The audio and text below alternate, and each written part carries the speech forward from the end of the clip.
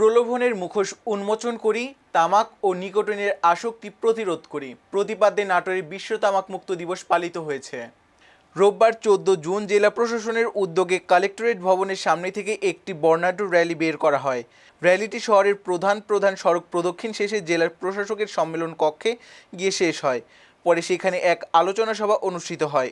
এতে জেলা প্রশাসক আসমা শাহিন, পুলিশ সুপার শরীফুল রহমান, অতিরিক্ত জেলা প্রশাসক আবুল হায়াত, অতিরিক্ত জেলা magistrate Ariful Islam, civil surgeon doctor Moshiur Rahman সহ বিভিন্ন সরকারি কর্মকর্তা, এনজিও প্রতিনিধি, স্কাউট সদস্য ও শিক্ষার্থীরা উপস্থিত ছিলেন।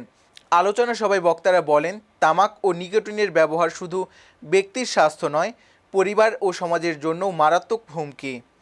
তামাকজনিত কারণে ক্যান্সার, হৃদরোগ, স্ট্রোক ও ফুসফুসের নানা জটিল রোগের ঝুঁকি বৃদ্ধি পায়।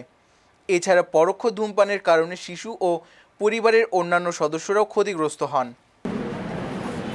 বস্তুত আমাদের যে পদ্ধতি প্রথাগত পদ্ধতি সেটি পরিবর্তন করেছে। পরিবর্তনে নিকোটিনের মনোনেশাকে স্মার্ট ড্রাগস হিসেবে উপস্থাপন করেছে। দিকগুলো কি কি আমরা যদি মোটা দাগে আলোচনা করি তাহলে হচ্ছে মূলত চারপাশের ক্ষতিকর দিক সম্পর্কে একটু আলোকপাত করতে চাই। আমরা দেখি যে প্রতি বছর অকাল মৃত্যু এবং পঙ্গুত্বের কারণে প্রায় 5,000 কোটি টাকার